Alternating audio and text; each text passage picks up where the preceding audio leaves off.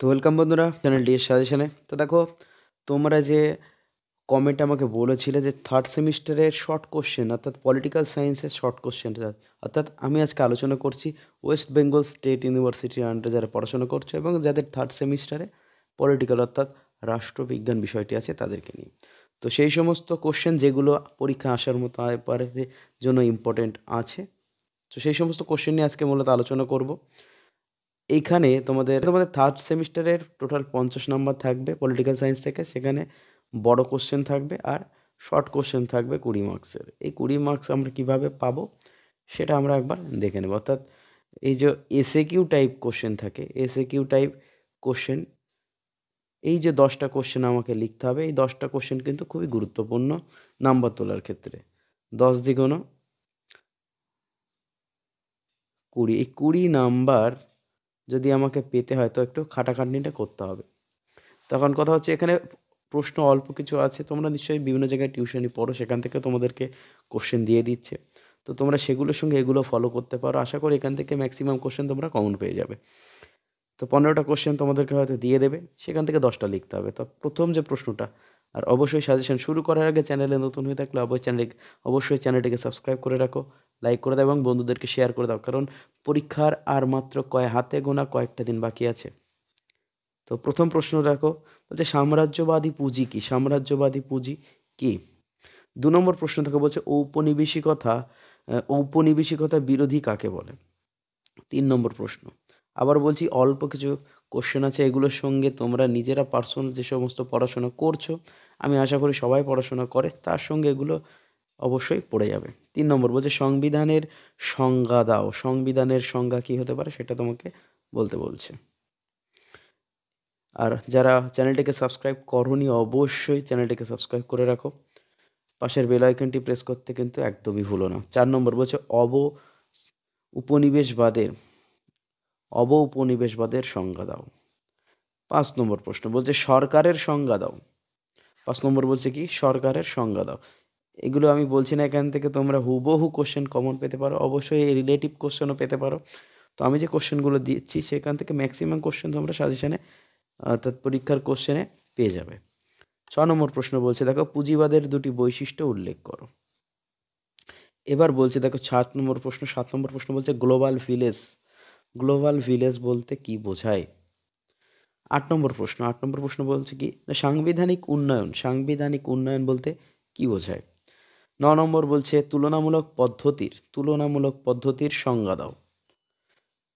10 নম্বর প্রশ্ন কি আছে? বলছে 10 নম্বর প্রশ্ন পুঁজিবাদ বলতে তুমি কি বোঝো?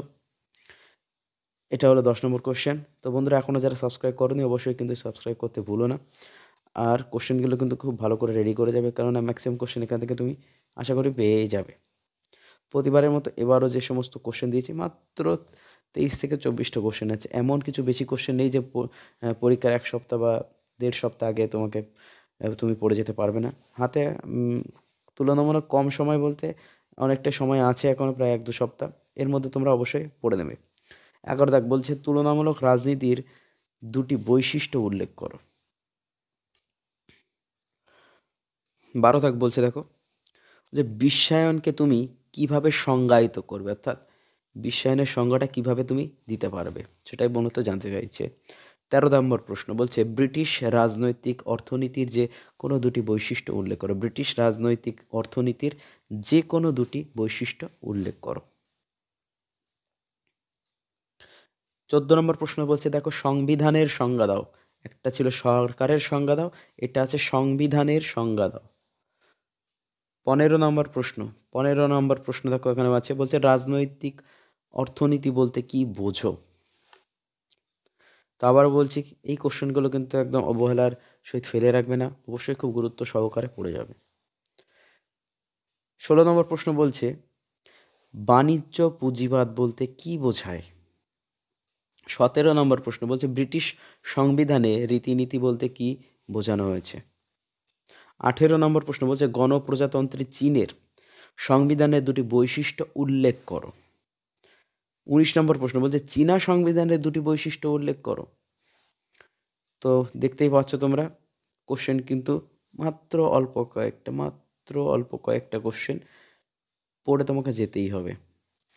20 নম্বর প্রশ্ন, দেখো এখানে 20 নম্বর প্রশ্নতে কি বলতে চাইছে, উপনিবেশবাদ বলতে কি বোঝায়। 21 নম্বর প্রশ্ন বলছে ইউরোকেন্দ্রিকতার দুটি বৈশিষ্ট্য উল্লেখ করো, ইউরোকেন্দ্রিকতার দুটি বৈশিষ্ট্য উল্লেখ করো। আবারও বলছি 50 নম্বরের মধ্যে 20 নম্বর কিন্তু শর্ট কোশ্চেন থাকবে। আর যারা সাপ্লি পেয়েছো বা সাপ্লি আটকাতে চাও তারা কিন্তু এই সাজেশনটা অবশ্যই দেখে যেও। যারা নতুন আছে তারা তো দেখবেই, যারা সাপ্লি পেয়েছো তাদেরও এই সেম কোশ্চেনই হতে পারে, তো তোমরা কিন্তু এগুলো দেখে যেতে পারো। বলছে রাজনীতির সংজ্ঞা দাও। আর একদম লাস্ট প্রশ্ন বলছে তুলনামূলক সরকার বলতে কি বোঝো। তো মোটামুটি 50 নাম্বার থেকে এখানে 20 নাম্বার, এই 20 নাম্বারে আমাদের টার্গেট থাকবে যেন আমরা মিনিমাম 9টা কোশ্চেন অর্থাৎ 9 দ্বিগুণ 18 নাম্বার যেন অবশ্যই কমন পাই। কত নাম্বার? 18 নাম্বার। এই 18টা নাম্বার পেতে গেলে আমাকে 9টা নাম্বারের অ্যান্সার করতেই হবে। তো সবাইকে ধন্যবাদ। আর অবশ্যই বন্ধুদেরকে ভিডিওটা শেয়ার করে দাও। চ্যানেলে নতুন হয়ে থাকলে অবশ্যই আরেকবার বলছি চ্যানেলটিকে সাবস্ক্রাইব করে রাখো বন্ধু। আর অবশ্যই কমেন্ট করে জানিও যে আর কি সাজেশন দরকার আছে, আমি আমার যথাসাধ্য মতো যতটুকু পারি করে দেব। তো আজকের মতো এটুকুই, সবাইকে ধন্যবাদ। সবাই ভালো করে পরীক্ষার জন্য প্রস্তুতি নাও।